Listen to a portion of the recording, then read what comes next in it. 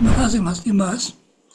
Ya, saya akan sedikit menjelaskan buku ini. Buku ini seperti buku-buku saya yang terakhir terdiri atas kumpulan karangan. Jadi sebetulnya karangan yang ditulis tersendiri, kemudian saya kumpulkan. Bagi pembaca ada juga keuntungan, karena dia tidak usah baca dengan susah payah dari halaman 1 mulai, pilih saja yang menarik. Nah, buku ini adalah pada hakikatnya berfokus pada tantangan yang dialami, yang kita alami Katolik, mungkin juga bukan hanya Katolik, Kristianitas juga. Mungkin sedikit keterangan mengenai judul. Ini yang paling saya senang dari Stormy. Saya sering tanya sama orang, tahu siapa itu Stormy? Ya, orangnya nggak tahu, ya kebanyakan tidak tahu. Stormy Daniels itu seorang artis, tapi artis porno. Jadi dia main dalam film porno. Nah, dia itu ketemu dengan Trump di lapangan golf, lalu tidur mereka bersama. Lalu yang saya kagumi, Stormy itu berhasil menarik dari saku Storm $130.000 untuk supaya dia diam, supaya tidak memberitahukan. Namun 4 tahun yang lalu, Trump yang ditarik ke pengadilan karena rupa-rupanya ada suatu masalah dengan pajak. Nah, di situ Stormy juga diundang sebagai saksi. Saya baca dalam majalah Jerman Der Spiegel. Dalam bahasa Jerman tentu saja klak, klak, klak, klak, klak. Stormy masuk dengan dagu terangkat dengan penuh kebanggaan. Saya lalu pikir itu, di dunia ini kan ada 2 macam. Ada dunia gelap dan dunia terang. Kebanyakan kita termasuk saya juga, orang Farisi juga masuk dunia terang, itu orang baik-baik itu. Dunia gelap itu para mafia, para narkoba, para bikinan porno, dan segala macam. Nah, di ruang pengadilan ini saya dapat ide waktu saya menulis itu. Saya melihat penuh pengunjung. Saya melihat, ya kok ada orang yang saya kenal, melihat ke situ. Yesus. Yesus sendiri diam-diam, gak ada yang tahu. Ada di situ. Stormy masuk begitu Yesus tersenyum. Itu mengesankan saya. Yesus tersenyum, tidak marah-marah, tapi tersenyum melihat Stormy. Ya, saya lalu melihat perbedaan antara dunia gelap dan dunia terang tidak begitu. Di hadapan Tuhan belum tentu begitu. Tentu kalau kita di lapangan terbang saya itu sering dikalami, wah Romo. Nah, saya ketemu orang, wah aku melihat Anda di dalam film porno yang terakhir. Ya, kami akan diam. Nah, ini permulaannya. Buku ini mungkin sedikit saya jelaskan, itu terdiri atas hal-hal yang tidak kontrovers, yang menjelaskan sesuatu. Di gereja Katolik tidak semua setuju. Misalnya, mengenai keselamatan mereka yang tidak dibaptis, itu sesuatu yang sangat penting. Pertanyaan bagaimana mukjizat-mukjizat dalam teologi menimbulkan masalah. Saya baca saja masalahnya di mana dalam buku saya. Tetapi sebagian dari hal-hal yang saya tulis adalah kontrovers. Tidak semua setuju dengan itu. Yang tidak kontrovers barangkali ada beberapa menyangkut Katolik dan politik dan sebagainya. Tetapi saya juga mengajukan hal-hal yang terus terang saja saya agak serius mengenai pembaharuan gereja, khususnya gereja Katolik. Ada macam-macam hal di mana gereja menurut saya perlu membaharui diri. Perlu membaharui diri tidak untuk menyesuaikan diri dengan zaman sekarang, dengan dunia modern, melainkan dengan apa yang sebenarnya Yesus bawa dalam Injil. Jadi menjadi lebih setia pada Injil. Nah, masalah yang saya bicarakan, nanti Bu Rita bisa lebih masuk di situ, adalah dalam reformasi gereja, di mana saya banyak mengacu pada jalan sinodal gereja Katolik. 3 tahun gereja Katolik berunding dengan serius sekali berkaitan dengan yang nanti akan saya sebut juga skandal pelecehan seksual dalam gereja Katolik.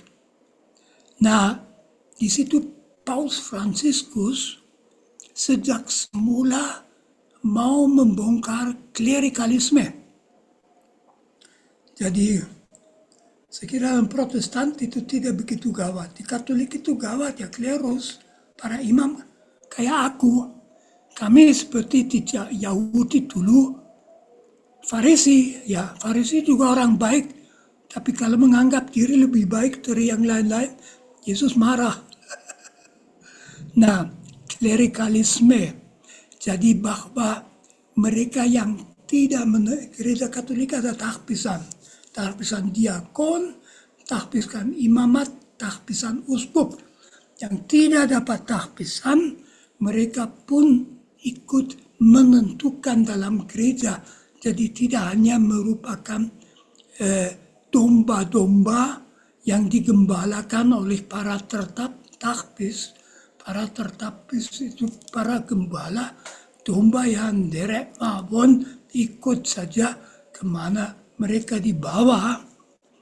Ada sekian hal yang menurut saya mendesak, yang semua sudah diakui oleh Roma, tapi belum diakui pemecahannya, bahwa merupakan masalah. Paus tahu, Paus bicarakan. Yang pertama itu tentu pertanyaan tentang perempuan di dalam gereja. Nah, kok gereja itu dipimpin, diatur, klerus itu harus laki-laki? Apa harus begitu? Sudah berulang kali satu komisi pausan membicarakan apakah perempuan bisa menerima tahbis diakon, tapi rupa-rupanya para paus termasuk Fransiskus tidak mau. Fransiskus pernah mengatakan tahbisan memang untuk laki-laki. Saya tidak mengerti. Saya misalnya tidak mengerti. Yesus mengatakan, kalau saya terlalu panjang, saya dipotong ya. Saya tidak akan terlalu panjang. Ya, Bro. Yesus mengatakan pada murid-muridnya, yang kamu ikat di dunia akan terikat di surga. Yang kamu ikat, kamu lepaskan di dunia, akan dilepaskan di surga. Apa gereja sesudah 2000 tahun dengan begitu banyak perubahan sosial dan kultural tidak bisa menetapkan. Sekarang kami melepaskan keterikatan imamat pada kelaki-lakian. Jadi Yohanes Paulus kedua katakan nggak bisa. Ya, saya tidak ikut Yohanes Paulus kedua. Jadi ini satu pertanyaan, tidak hanya apakah sekarang yang aktual yang berani mereka bicarakan, apakah ditahbiskan diakon. Menurut saya tentu juga imam dan juga uskup. Kalau Protestan itu sekitar 60 tahun yang lalu menyadari itu, sejak itu, dan pengalaman mereka dengan perempuan hanya baik, tidak ada masalah apapun.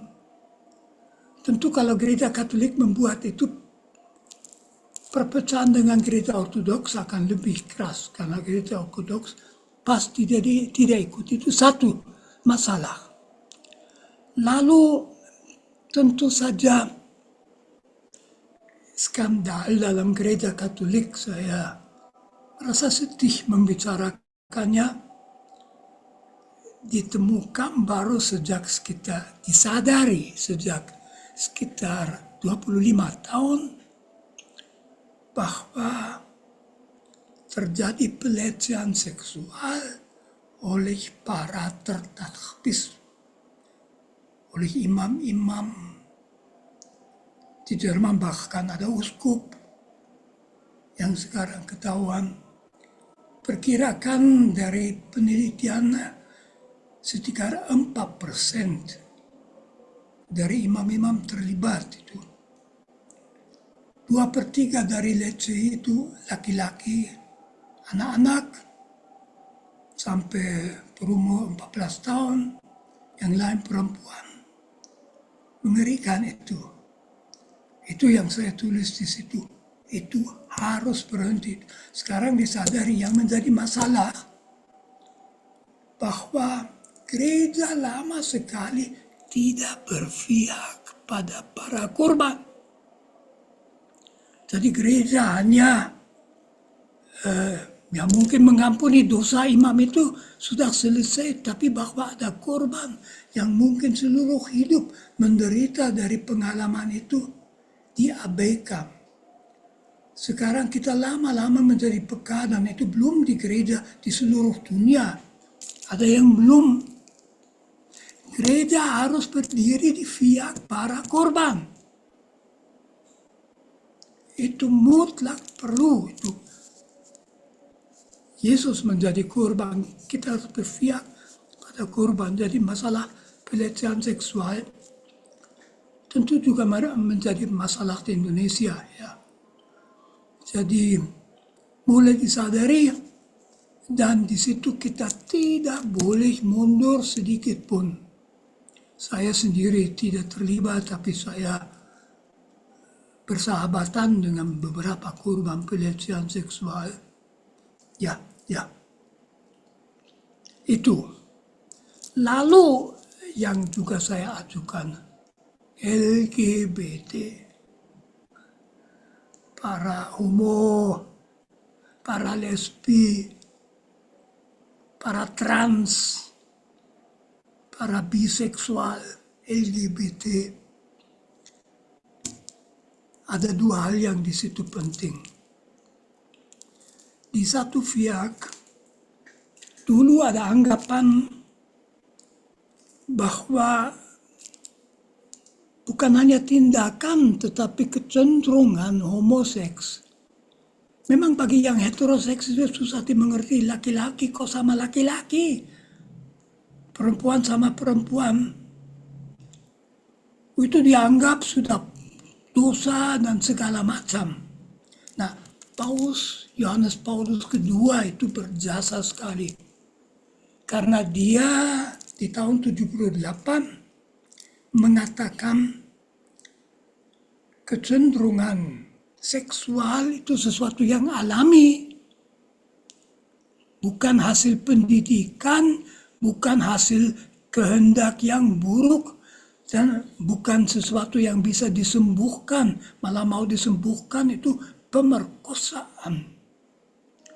Tetapi Yohanes Paulus kedua masih mengatakan, tapi hubungan seks itu hanya boleh dalam rangka perkawinan sah antara laki-laki dan perempuan. Jadi mereka boleh persahabatan, tetapi tidak hubungan seks. Itu tentu pertanyaan. Itu menyangkut sesuatu yang juga saya bicarakan, pembaharuan etika seksual. Etika seksual tradisional Katolik, seks hanya boleh dalam rangka antara suami istri dalam perkawinan yang sah. Menurut saya tidak ada dasar, dan yang penting dalam seksualitas bahwa itu mengungkapkan kasih betul, jadi tidak menjadi egoisme. Maka saya juga setuju kalau itu sesuatu yang tidak bisa untuk main-main.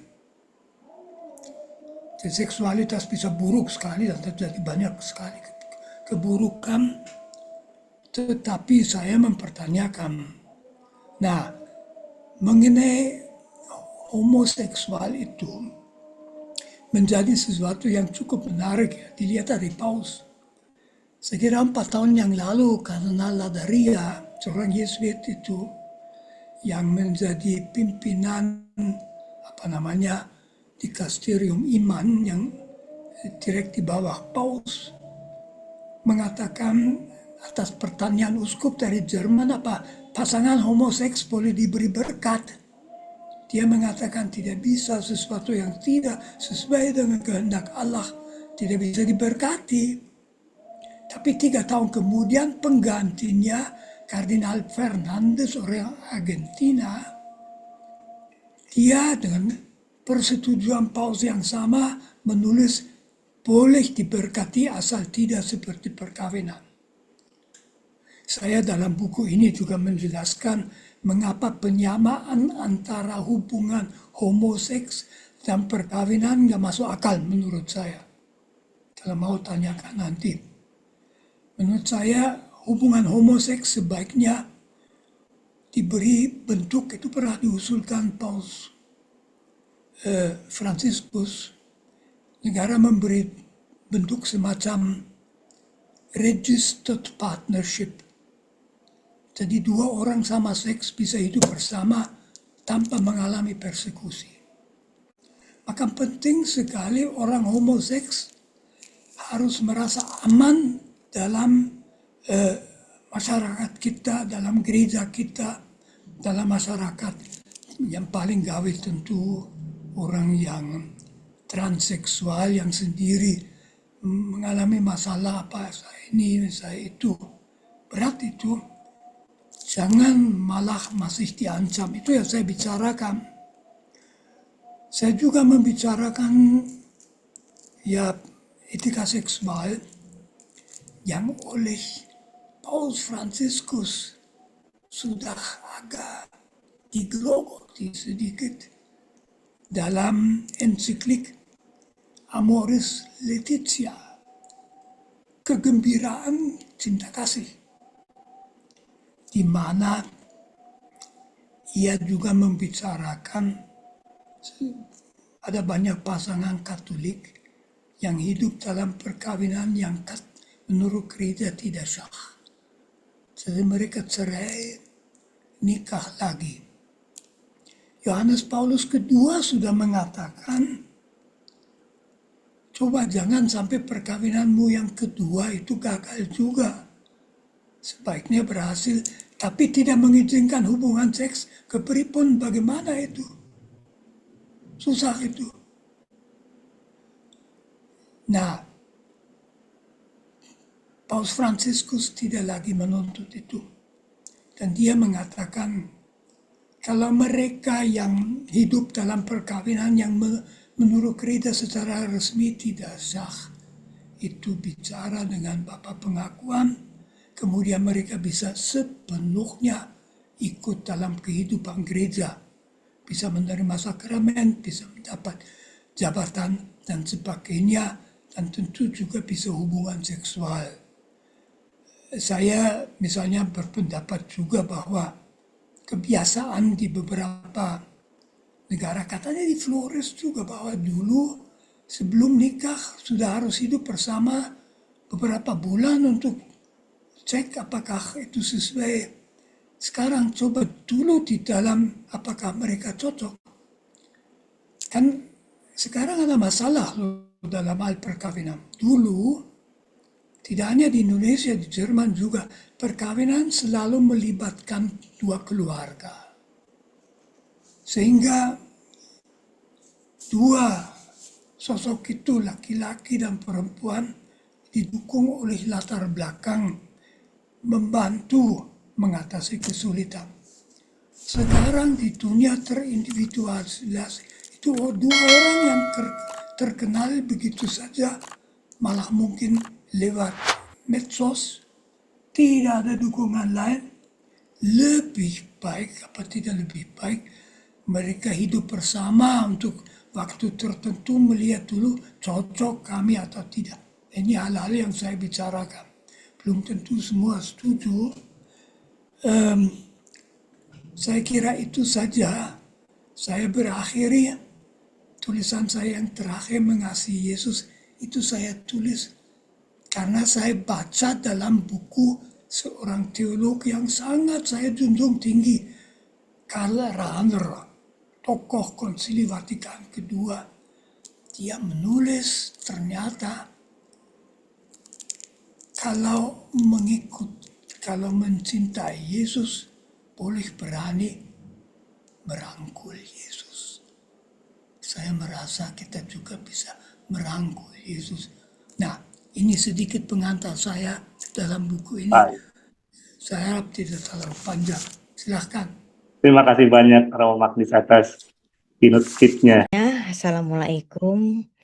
Namo Buddhaya, Baitet Tungkian, Rahayu, Rahayu, Rahayu. Terima kasih semua sahabat Circle. Kita akan bersama-sama mengupas bukunya Romo Magnis yang tadi sebenarnya sudah dibahas banyak, ya lumayan banyak oleh Romo Magnis. Terima kasih Romo, sehat selalu.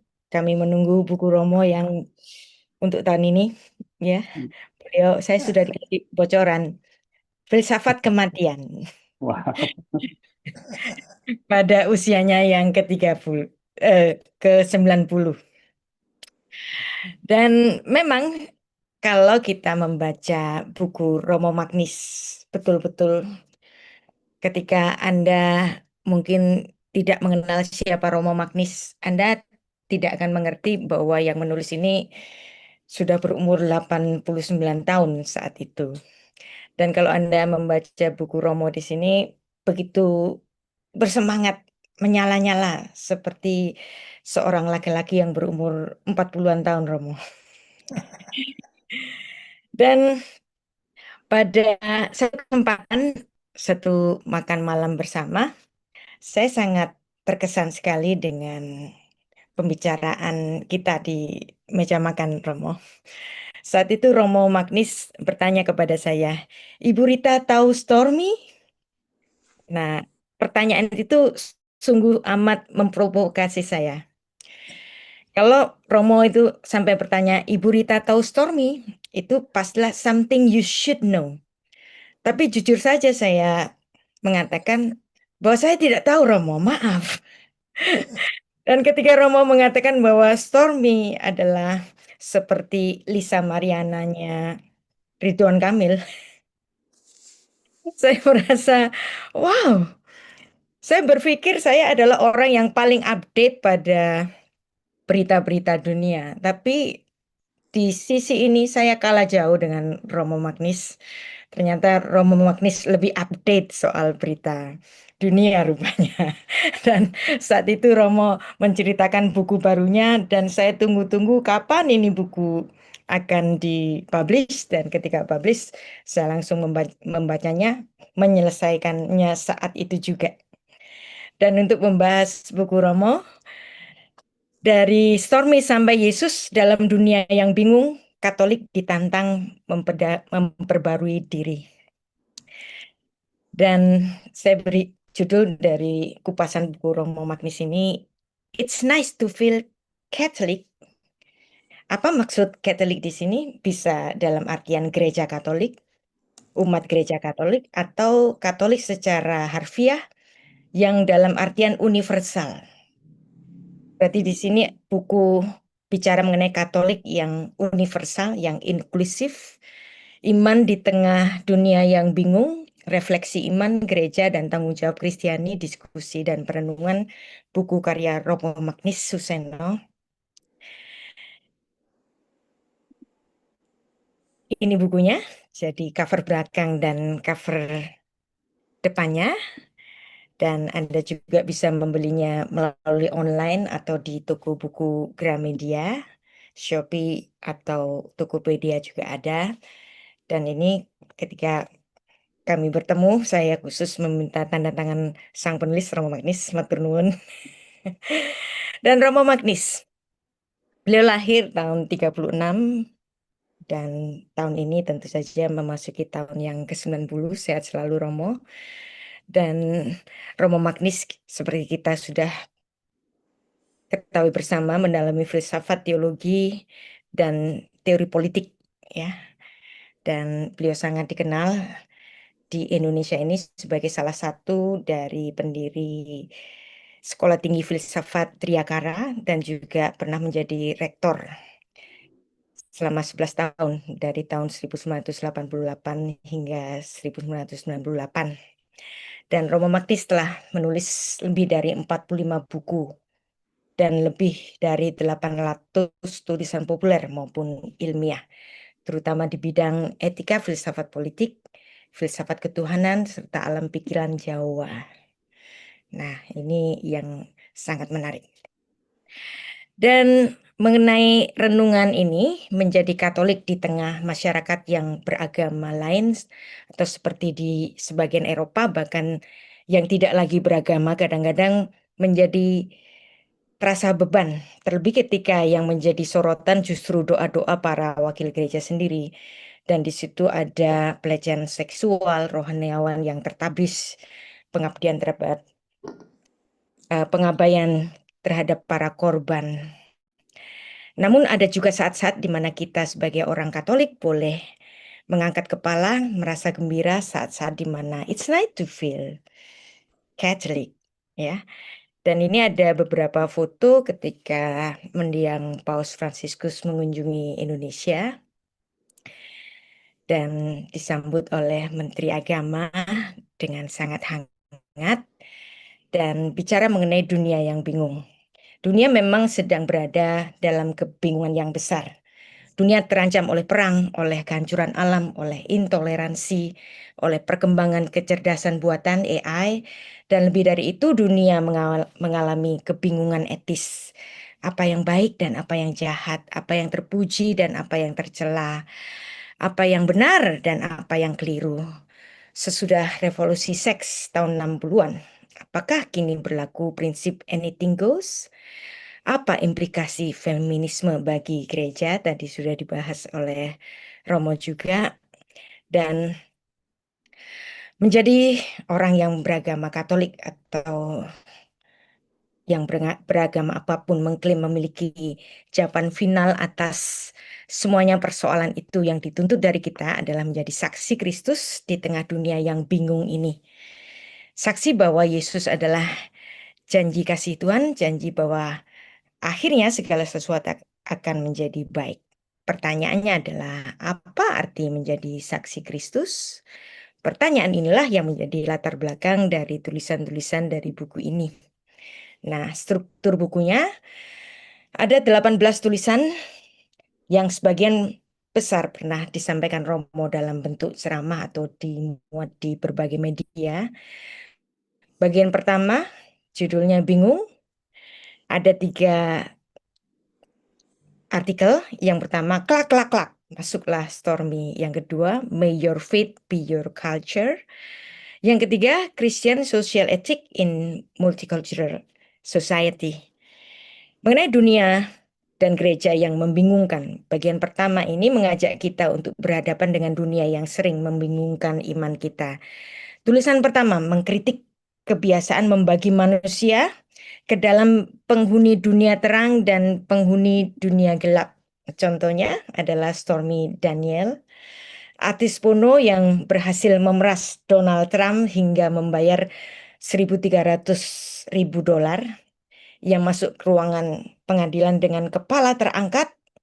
Di antara para tamu duduk seorang yang nyaris tak diperhatikan, yaitu Yesus melihat Stormy dengan tersenyum. Dan tulisan kedua, sebuah prasaran yang Romo Magnis sampaikan di Dili sebagai persiapan menyambut kedatangan Paus Fransiskus, yang mengangkat pertanyaan apa yang dapat diharapkan sebuah bangsa yang baru bangkit dari masa lalu yang berat dari gereja Katolik.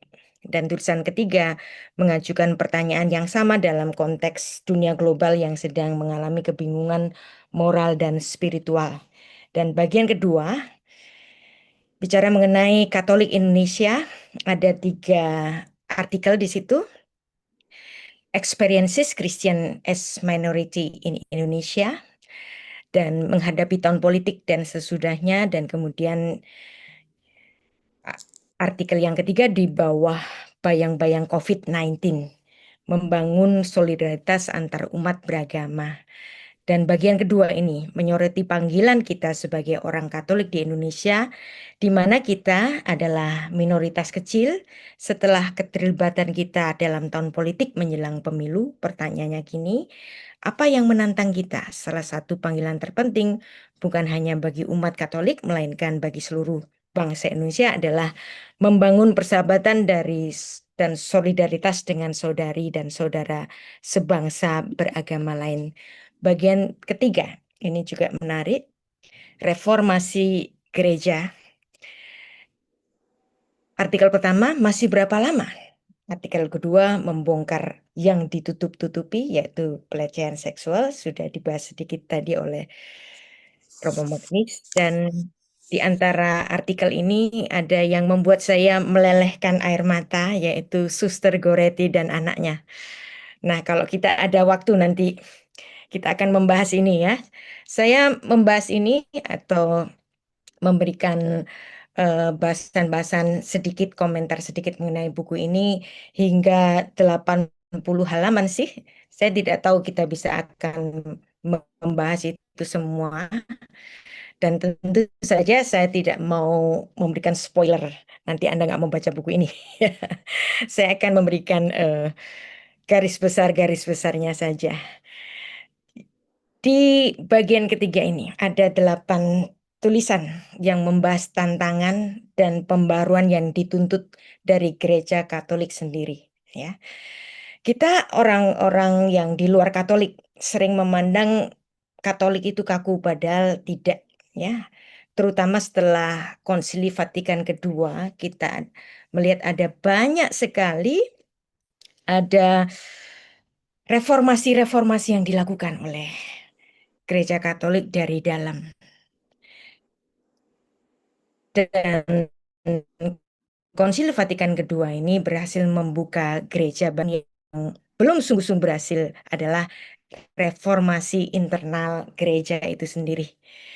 Nah, kemudian ada tulisan panjang mengenai jalan sinodal gereja Katolik Jerman yang dapat dibaca sebagai rangkuman yang dihadapi oleh gereja, pemimpinan gereja yang bersifat monarkis, peran kaum awam dalam pengelolaan gereja, kemungkinan imamat bagi imam yang menikah, keterbukaan bagi tabisan perempuan atau setidaknya sebagai diakon, serta pembaruan etika seksual yang lainnya.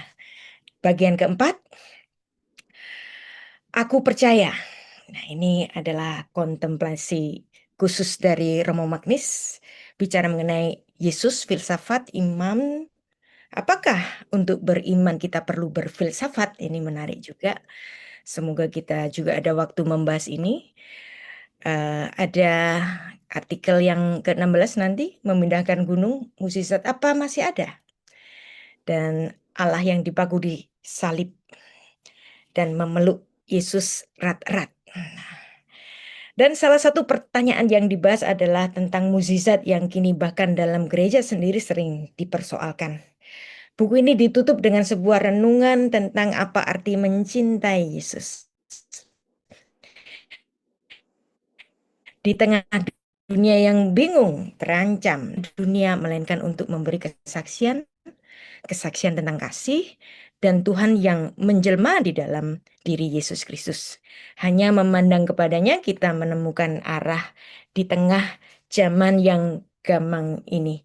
Jadi itulah bahasan singkat mengenai 18 artikel yang ada di buku Dari Stormi Sampai Yesus. Nah, mengenai filsafat Ibrani, nah, saya menarik ketika membaca bahwa buku ini terdiri dari 18 kumpulan artikel, Romo.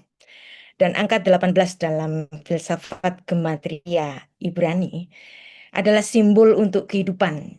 Nah, ini persis seperti buku ini. Saya merasa Romo menyala-nyala.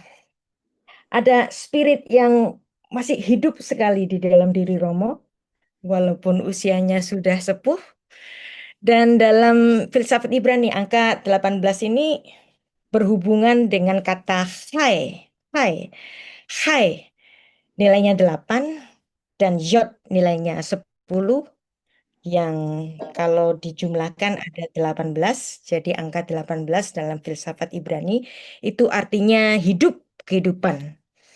Dalam Yohanes 2 ayat 6-11 kalau kita baca dalam filsafat Ibrani, bukan kebetulan ketika Tuhan Yesus mengubah air menjadi anggur, di situ ada tempayan yang masing-masing berisi 3 buyung. Jika jika kita jumlahkan, jumlahnya ada 18.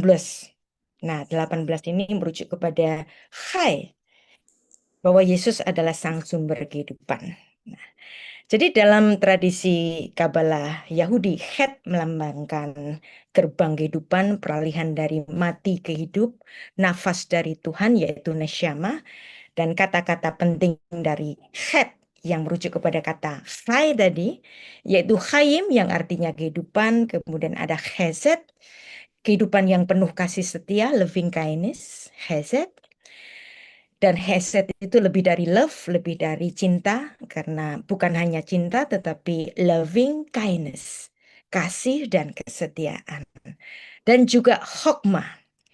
Dan kata het tadi yang berhubungan dengan kata hai, hidup, itu selalu berhubungan dengan hokmah. Karena memang Tuhan dalam Amsal 3 ayat 19, Hashem behokmah yasat aretz. Tuhan dalam hikmatnya, Tuhan dengan kemampuan berpikirnya, Tuhan dengan filsafatnya meletakkan dasar bumi. Hashem behokmah yasat aretz. Dan aksara yod merujuk kepada tangan Allah, yad itu artinya tangan.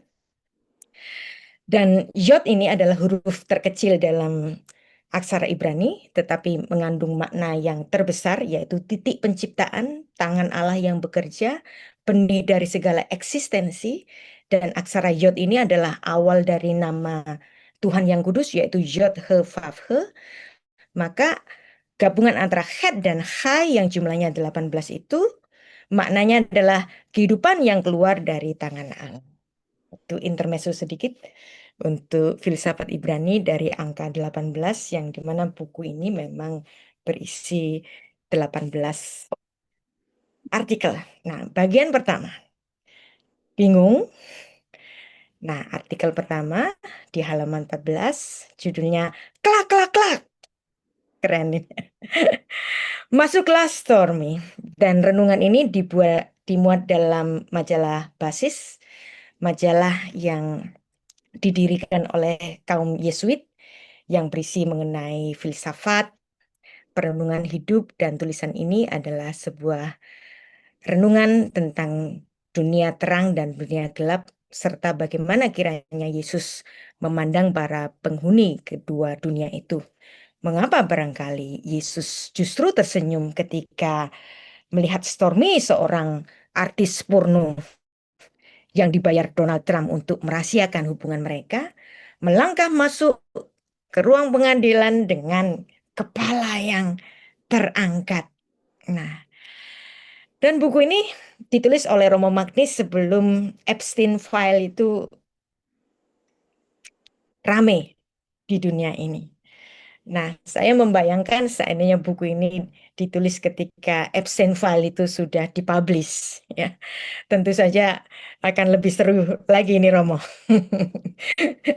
Dan mungkin di buku Romo yang terbaru akan membahas itu juga ya. Dan Epstein File ini lagi dibicarakan di Kongres Amerika dengan sangat ramai sekali.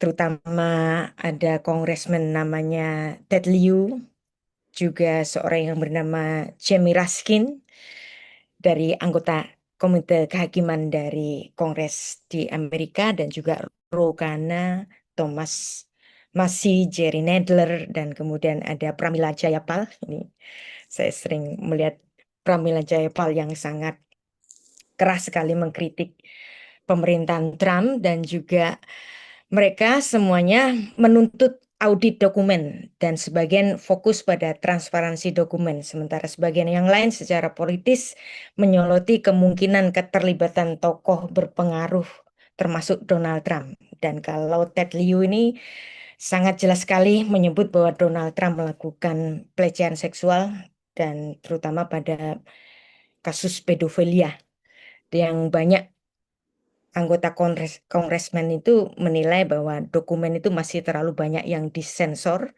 rilisnya bertahap dan terlambat dipilih-pilih, dan publik itu belum mendapatkan gambaran penuh tentang jaringan Epstein ini.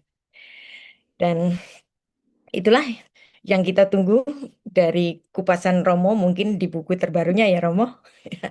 Saya membahas mengenai kejahatan Epstein ini ada di YouTube saya juga, Anda nanti bisa menontonnya. Dan bicara kembali lagi ke artikel yang pertama, klak, klak, klak. And then Stormy enter the hall, klak, klak, klak. Dan itu judul sebuah artikel dalam majalah Jerman Der Spiegel yang dimaksud dengan hall di situ adalah ruang pengadilan di New York, tempat berbagai perkara hukum mantan Presiden Amerika Donald Trump disidangkan. Dan Stormy di sini adalah nama populer dari seorang artis. Dan ini bukan artis dalam pengertian yang lazim, tetapi dia adalah artis porno yang biasanya kalau artis itu dia akan bangga jika dikenali publik. Tetapi artis porno ini justru ingin tetap namanya itu menjadi anonim. Bayangkan seorang artis porno sedang menuju gate di bandara lalu disapa, "Wow, Anda sering saya lihat di film-film porno itu." Tentu saja ia nggak akan gembira dan orang yang menyapanya pun ketahuan kalau dia penyuka film porno. Dan pertemuan mengenai Stormy dan Donald Trump itu terjadi pada tahun 2024 di ruang pengadilan. Dan mula-mulanya itu terjadi 18 tahun sebelumnya di sebuah lapangan golf. Dan menurut kesaksian Stormy, Trump yang baru setahun menikah dengan Melania mengajaknya ke kamar hotel, tempat mereka kemudian berhubungan seks. 8 tahun kemudian ketika Trump running presiden, Stormy meminta uang agar tidak membuka kisah itu ke publik. Kemudian Trump membayar uang tutup mulut dan pembayarannya ini berjumlah 1.300.000 US dollar. Dan ini sebenarnya kalau ukuran dari Trump ini uang yang kecil juga ya. Dan kemudian ia menyangkal bahwa ia pernah berhubungan dengan Stormy di sini. Dan ketika itu di ruang sidang itu di tahun 2024, Stormy berjalan klak-klak-klak dengan kepala yang terangkat. Nah, dan di sini Trump dinyatakan bersalah oleh Dewan Juri atas 34 dakwaan pemalsuan catatan bisnis. Jadi yang dipermasalahkan di sini bukan hubungan seksnya dengan Stormy Daniel, tetapi Trump dinyatakan bersalah atas pemalsuan catatan bisnis.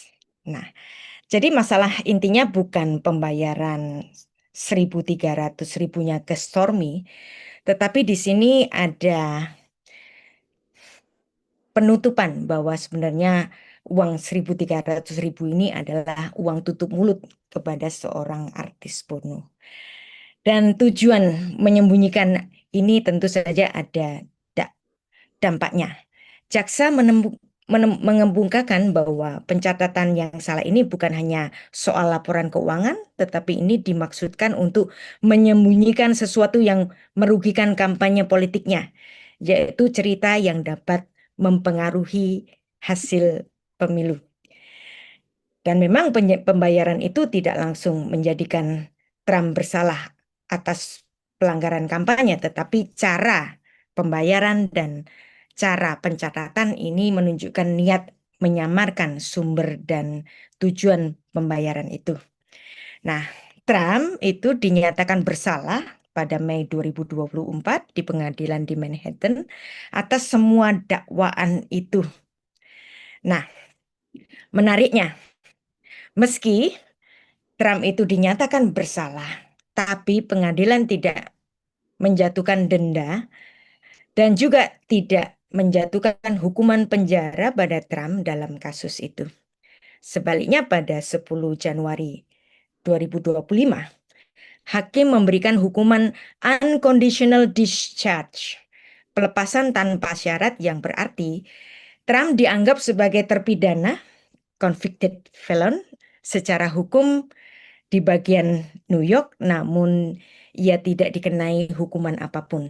Tidak ada masa penjara, tidak ada denda, tidak ada probation, atau pelayanan komunitas. Dan putusan ini sangat jarang dijatuhkan untuk kasus feloni dan mencerminkan pertimbangan khusus terkait Trump yang sedang atau akan menjabat presiden pada saat itu. Nah, ini menarik. Kalau untuk kasus Stormy, Trump itu dikenai hukuman unconditional discharge, apakah ini juga akan terjadi pada keterlibatan Trump pada Epstein File? Nah, kita tunggu saja, ya. Dan mengenai dunia yang gelap ini, yang mencolok adalah sikap Stormy. Dunia porno itu lazimnya termasuk dunia gelap. Para pelakunya biasanya tidak ingin dikenal.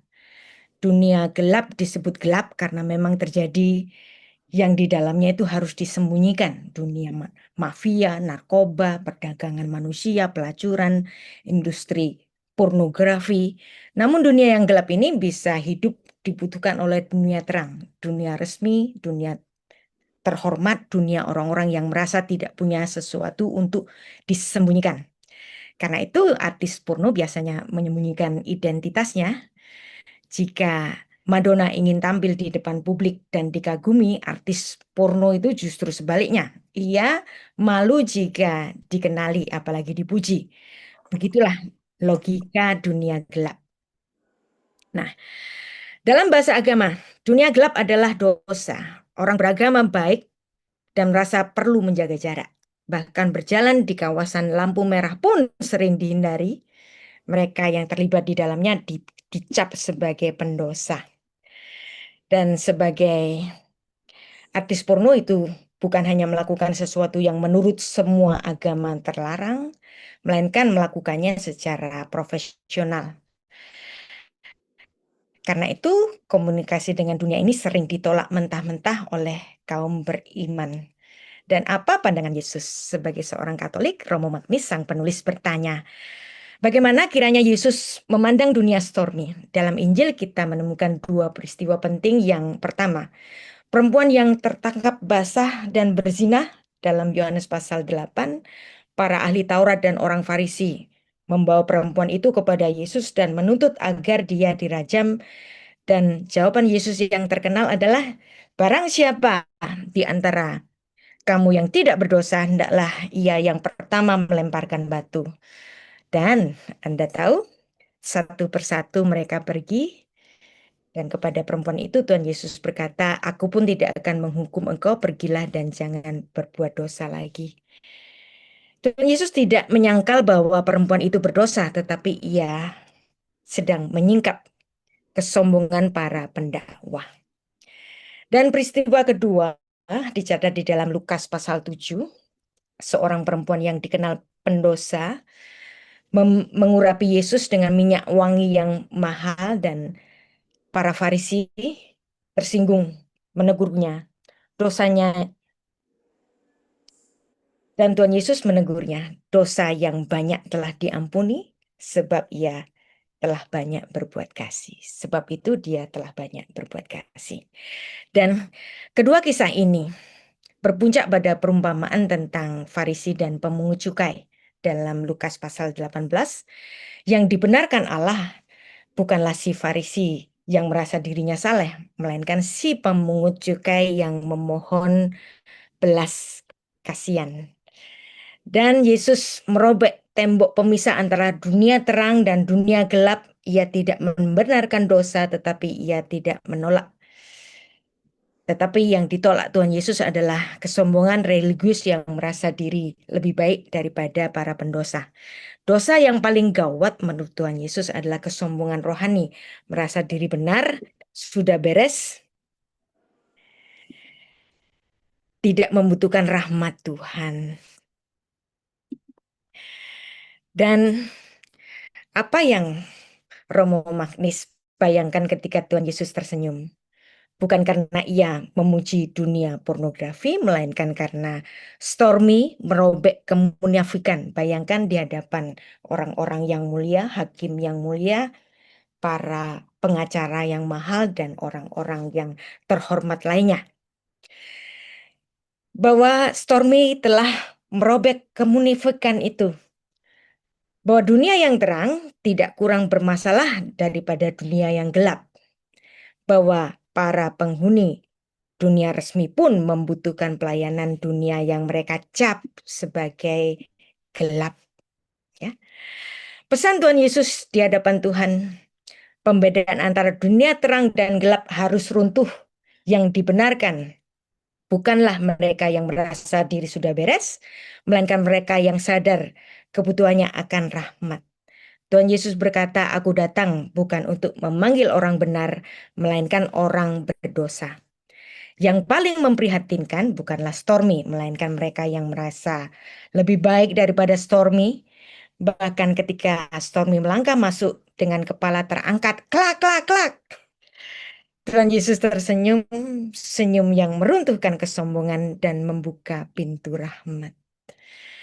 Dan sebagai refleksi, artikel ini adalah sebuah renungan teologis tentang pembedaan antara dunia terang dan dunia gelap, serta bagaimana Tuhan Yesus memandang manusia yang hidup dalam kedua dunia itu. Romo Magnis, sang penulis, menggunakan peristiwa ini sebagai titik masuk merefleksikan pandangan religius yang kerap membagi manusia ke dalam dua kategori, orang baik dan orang berdosa, dunia terang dan dunia gelap. Dalam bahasa agama, dunia gelap sering diidentikan dengan dunia dosa yang harus dijauhi oleh orang-orang saleh. Dan kesimpulan dari artikel ini menegaskan bahwa yang paling bermasalah di hadapan Tuhan Yesus bukanlah para pendosa, melainkan mereka yang merasa diri tidak berdosa. Tuhan Yesus datang bukan untuk orang yang merasa sudah benar, melainkan bagi mereka yang sadar akan kebutuhan akan rahmat. Jadi inilah tagline dari artikel yang pertama.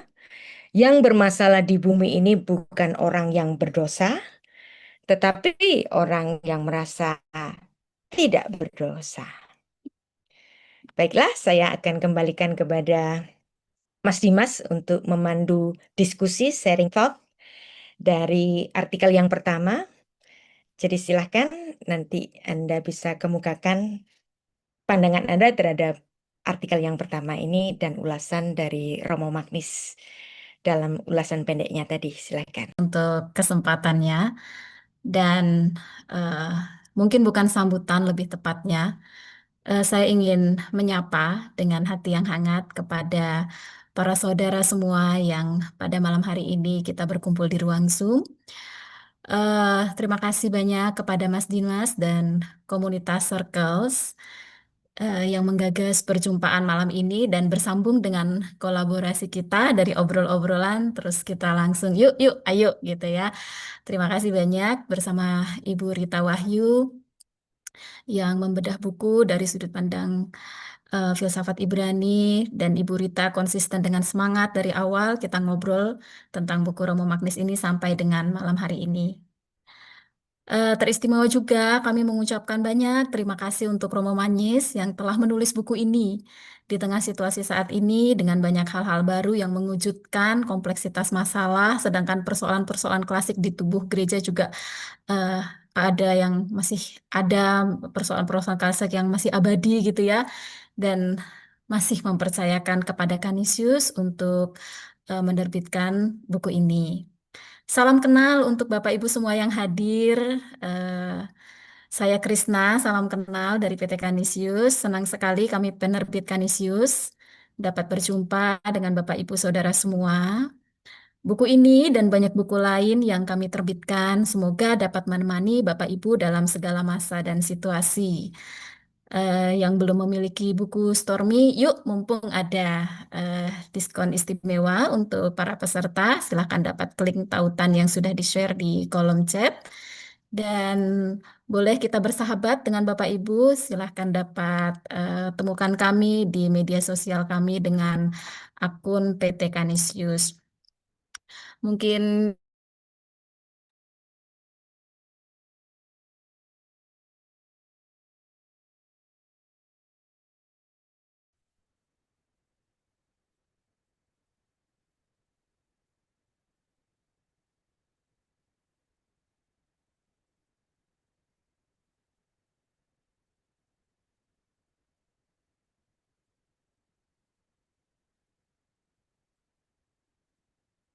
Ya,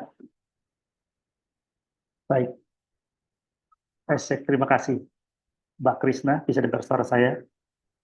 Baik. bisa. Ya. Tadi emang agak nge-freeze tapi Oh udah iya. lancar Baik. lagi. Ya. Terima kasih banyak Ya. Ibu Krisna dari PT Kanisius yang sudah memberikan sapaan pada kami semua. Terima kasih untuk door prize-nya dan untuk diskonnya ya. Silakan teman-teman Circle serbu ya. eh, Baca buku dari Stormy sampai Yesus sebelum kehabisan. Teman-teman, kita Romo akan mau masuk. bicara. Oh ya, apakah Romo Magnis ingin menyampaikan sesuatu? Silakan Romo, di-unmute lebih dulu Romo mikrofonnya. Sekarang Ya, silakan Romo. ada dua catatan. Saya tadi lupa menyebutkan satu tulisan yang saya anggap penting, yaitu bahwa suster-suster kita di Indonesia perlu diberi kedudukan yang jauh lebih kuat. Suster-suster kita ini kualitas kemanusiaan tinggi, tetapi kok mereka pada kebanyakan hanya sibuk di dalam bidang pendidikan dan kesehatan, hal mana yang baik, tetapi mengapa tidak banyak suster menjadi teolog, pembimbing rohani, memberi retret, dan saya menulis di situ alasannya bahwa mereka tidak mendapat formasi. Saya mengharapkan suster mendapat formasi sama dengan laki-laki yang menjadi imam. Kami setiap pastor menjadi pastor paroki pun beberapa tahun filsafat dan teologi. Suster-suster hanya paling-paling kateketik macam itu. Ya jangan mengherankan kalau kualitas yang begitu tidak kita aktifkan bagi gereja. Yang kedua mungkin fokus nanti tidak pada bab pertama mengenai studi, melainkan mengenai hal reformasi gereja. Terima kasih. Baik, terima kasih Romo Magnis atas tambahannya. Ini menjadi satu suara ya yang boleh didengar ya oleh kita semua, secara khusus oleh gereja.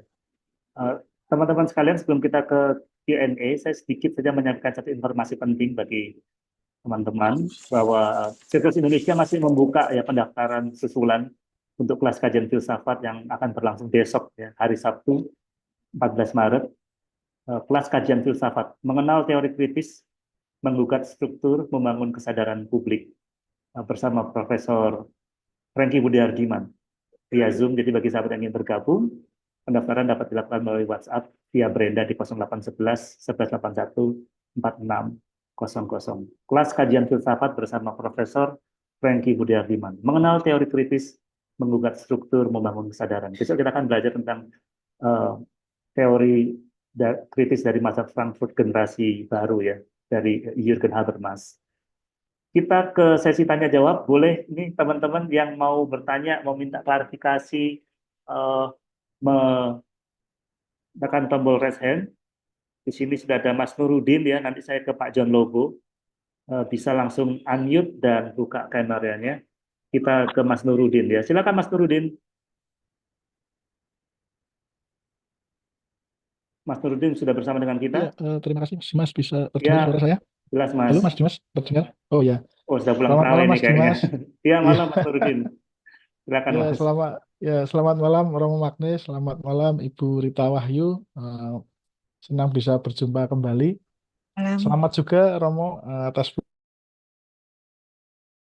peluncuran bukunya. Kebetulan Pak baca juga itu di artikel basis ya tahun 2024 kalau nggak salah itu tentang Stormy itu ya. Ya.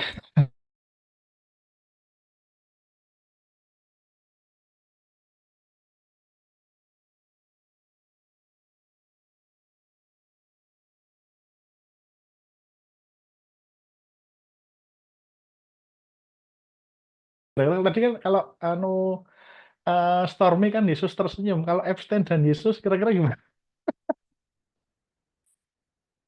Yang kedua saya juga tertarik Romo. Terakhir kan kalau nggak salah babnya itu kan tentang filsafat, sains dan lain-lain. Tapi sepertinya tidak ada tentang AI ya. Bagaimana Katolik itu memandang AI mungkin, Romo?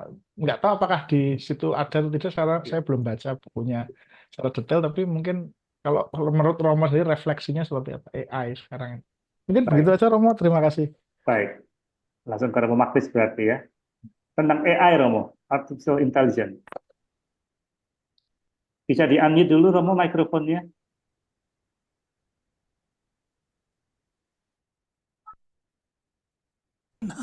Ya, saya tidak menangkap apa yang ditanyakan. Eh, tentang AI, Romo. Apakah Romo membahas AI, AI? or artificial intelligence. Yes, Artificial Intelligence. Ya, ini, Bagaimana gereja memandangnya? oke, ini saya bisa jawab pendek, itu perlu berdoa banyak karena kemungkinan bahwa itu mencelakakan umat manusia itu besar. Saya bukan ahli, tetapi apapun yang saya baca sampai sekarang, beberapa tulisan yang serius dan ahli, semua amat sangat menakutkan, itu saja. Baik, Tidak ada alasan untuk tidak takut. baik. Terima kasih, Romo. Mungkin Ibu Rita mau menambahkan perspektif dari pembacaan atas Stormy sampai Yesus tentang AI. Oh ya, ya AI itu baik sepanjang AI diperlakukan sebagai tools. Ya, hanya itu saja. Tetapi tentu saja apabila AI nanti sudah masuk ke sentient, itu tentu saja akan membahayakan. Dan pertanyaan Mas Nurudin tadi ada yang menarik mengenai Epstein tadi. Epstein dan Yesus. Mungkin Romo bisa kasih ini. Diulang Romo. Diulang Mas Nurudin. Mohon. Ya tadi kan kalau Stormy dengan Yesus kan Yesus tersenyum lah. Kira-kira kalau ceritanya adalah Epstein dan Yesus, nah kira-kira Yesus apakah tersenyum atau apa gitu kira-kira. Bagaimana, Itu Romo? imajinasi. Tersenyum dengan apa? AI, Bukan. Epstein, Romo. Kasus Epstein yang sedang ramai dibicarakan. Epstein. Ya, Epstein. Maksudnya, apa itu Epstein? Sekarang sedang marak kasus Epstein Files yang sedang mengoncang Amerika, yang mengoncang dunia. Jadi seorang yang disinyalir memiliki kasus-kasus berat. Jadi kalau Mas Nurdin tanyanya, Stormy dengan Trump itu, Yesus akan tersenyum pada Stormy, tapi bagaimana dengan Epstein yang disinyalir? Segala macam pelecehan adalah jahat. Itulah. Baik, Romo. Itu saja saya. Itu saja, Romo ya. Oke, Mas Nurdin, semoga cukup menjawab ya tentang Ya, Epstein. terima kasih Romo, terima kasih Berita. Ya, thank you Mas Nurdin. Kita ke Bapak Lobo, silakan. Ya, terima kasih Mas. Selamat malam Romo, selamat malam Bu Rita, dan selamat malam partisipan. Saya John Lobo dari Umat Katolik Paroki Santi Yosef Mojokerto, Kuskupan Surabaya. Oh, selamat datang, Pak. Ya, ya. Untuk ini Bu Rita dan Romo, Stormy ini memang membuat bising ya, buat bising dunia dengan paparan-paparan tadi yang disampaikan oleh Romo dan Bu Rita. Apalagi yang memblow up ini tidak hanya media mainstream, kemudian masuk ke media sosial yang ditambah dengan bumbu-bumbunya yang terkadang membuat ngeri untuk kita. Pertanyaannya, bagaimana umat Katolik dapat membedakan antara suara Tuhan dan kebisingan dunia di tengah badai informasi digital ini? Terima kasih, Mas. Baik, pertanyaan bagus sekali, Pak John Lobo. Boleh Romo Magnis dulu ya yang menjawab tentang bagaimana gereja Katolik ya mengajar umat Tentu saja bisa membedakan. keberisikan itu tidak pernah langsung suara Tuhan. Tetapi kita bisa dalam cahaya Injil bertanya apa yang dalam situasi seperti itu, dalam kejadian seperti itu, dituntut Tuhan dari kita.